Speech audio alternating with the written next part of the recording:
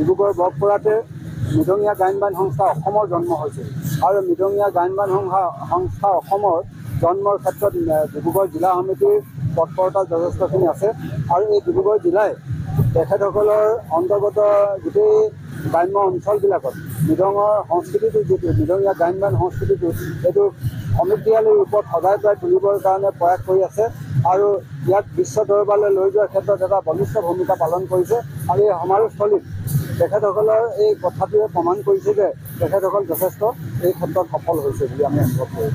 এতিয়া 120 জোৰা গায়ন বায়নে ইয়াত প্ৰদৰ্শন কৰিছে বুলি আমাৰ উদ্যোক্তাসকলে কৈছে।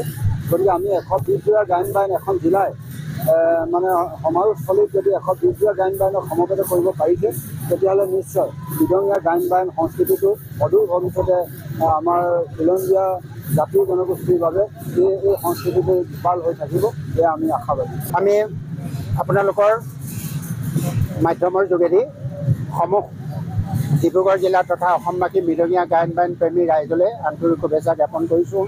মোৰ বাৰু ক'বলৈ ভাল লাগিছে এই অনুষ্ঠানটোৰ ষষ্ঠবাৰৰ কাৰণে ধৰি ৰাখি আজি ষষ্ঠবাৰৰ এই প্ৰায় 100 জোৰা গায়নতে ইয়াত সমবেত হৈছে।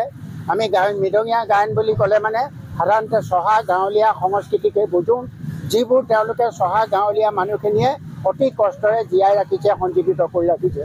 তথাপি ক'ব লাগিব কিবা এটা দুৰ্বলতা যেন আমাৰ মাজত আছে, সেয়া হ'ল ডেকা ল'ৰাসকল এই সংস্কৃতিৰ মাজলৈ একেবাৰে শ্ৰদ্ধা সহকাৰে আহিব খোজাৰ আমি হয়তো পৰিৱেশ দিব খোজা নাই, পৰিৱেশ দিব পৰা নাই বা তেওঁলোকৰ অহাৰ পৰিৱেশ পোৱা নাই। আমি ভাবোঁ আজি যিসকলে ইয়াত গায়ন বায়ন কৰি আছে মোৰ বৰ ভাল লাগিছে যে মই 6 বছৰ ধৰি এই বিষয়ত পূৰা সম্পূৰ্ণভাৱে অধ্যয়ন কৰি আছোঁ। আজি যথেষ্ট গাঁৱলীয়া এই গায়ন বায়নৰ দলত কেইবাটাও মই সৰু সৰু ল'ৰা দেখিছোঁ। উঠি অহা চামৰ কাৰণে তেওঁলোক নিশ্চয় প্ৰেৰণাৰ উৎস আৰু তেওঁলোকৰ দেখি বহুতে প্ৰেৰণা পাব।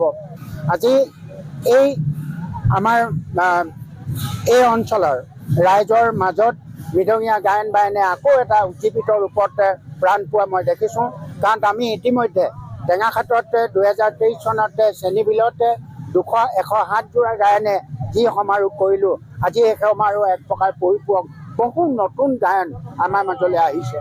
শুনি ভাল পাব যে আমাৰ গায়নীয়া দলক উৎসাহিত কৰিবৰ কাৰণে অসম চৰকাৰেও যে শিল্পী পেঞ্চন ইত্যাদি আগবঢ়াই গায়নীয়া দললৈ যথেষ্ট অনুকম্পা বা অনুগৃহীত ৰূপত তেওঁলোকৰ সহায়ৰ হাত আগবঢ়াইছে। গতিকে চেগতে সাংস্কৃতিক বিভাগৰ পৰা আমালৈ যি উৎসাহ আৰু অনুপ্ৰেৰণা যোগাইছে আমি চেগতে আপোনালোকৰ যোগেদি ধন্যবাদ জ্ঞাপন কৰিছোঁ। আশা ৰাখিছোঁ আগন্তুক দিনত আমি আৰু বেছি ইয়াতকৈ আকৰ্ষণীয় ৰূপত মৃদঙক আৰু অধিক আগুৱাই যোৱাৰ এই চৰকাৰ যোগেদি সাংস্কৃতিক বিভাগৰ যোগেদি প্ৰেৰণা লাভ কৰিম। আপোনালোকৰ যোগেদি এই শুভবাৰ্তা দিবলৈ পাই মই নিজকে ধন্য মানিম।